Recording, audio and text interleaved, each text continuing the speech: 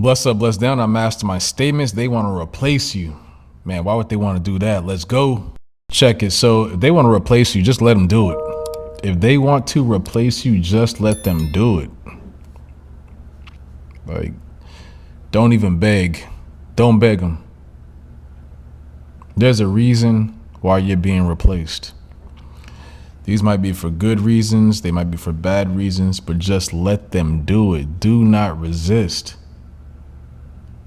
Don't be like a pick me. Let them do it. Because if you don't let them do it, they have all the power. Don't beg, don't resist. Don't let them see any of the resentment that you may have towards them, especially it's even worse when it's somebody that you know. They want to replace you with someone else. Just let them do it. I know it hurts. You feel betrayed. Your brain's jogging, trying to figure out, man, what did I do to make this happen? You're looking to see who set you up, who snitched. Your brain is just going. Don't let them see the fear that you may have. Don't let them see the anxiety that you may have. And you don't want to have none of that anyway. You got to get your mindset right. You got to understand that when they want to replace you, there may have been at some point on the timeline that you desired for change and forgot about it. This might be the answer that you were praying for, and it came in such a way, and it came in such a different way and from a different person that you didn't expect it to come from. Sometimes things change, people change when you pray, and it's not their fault. So this is a different type of message. See, if you prayed for something and somebody starts acting differently, it's because you prayed, and now you're getting your answer, and your answer is coming in a way that you did not expect it to come. And sometimes friendships and relationships, they come to a close. They end, they're over because you prayed for something. That's fine because you prayed for it. Don't you realize that if you prayed for something, that means that you wanted something to happen, you desired for something to happen. So if things start to be rearranged, the outcome is always going to be for the best. You had that initial shock. You might be angry, you might be discouraged, you might be depressed, anxious, you might have fear.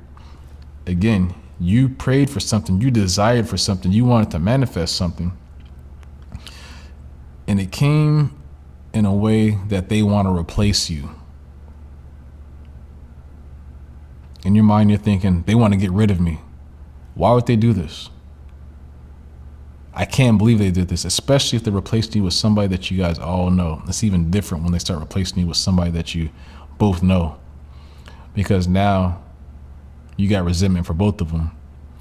You're looking at both of them like they're conspiring the whole entire time, and you're wondering, why didn't they tell me that they were going to do this? And they might replace you with somebody that's not even of your caliber. But again, you may have desired a change and prayed for something and forgot about it. And you're now getting your answer and you're getting your response. And certain things have to end because of how you prayed for it and what you desired. That is completely okay. That is okay. You have to train your mindset. You have to train you got to be so in tune to realize that when you speak what you want, when you think what you want, and it manifests, you've got to be comfortable with the decision. Your boss might have just flipped out and screwed up your evaluations all the time, all the while your evaluations were beautiful. They were great. Now your evaluations are looking like trash. Don't forget about that prayer that you prayed. This is a sign that you need to move on and start a new career or get another job or start your own business or retire, depending on what stage in life that you're at. They want to replace you. Let them. Don't beg, don't resist. Don't let them see the fear. Don't let them see the anxiety. Don't let them see the resentment. Don't let them see nothing. Remain stoic, especially if you know that you prayed or desired for some type of change. This has nothing to do with them. So you don't want to go out there, you don't want to go back out there attacking them for something that you know for a fact is something that you prayed for, and this is the answer. In the spiritual world, this is how your desire was answered. So that means, guess what? Don't take it personal with these people. See, in the spiritual world, they'll start doing things not even knowing why they're doing them. They're not in control.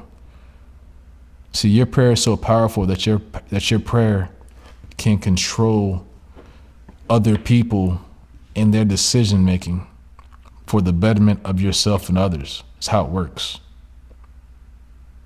You have the power to do that.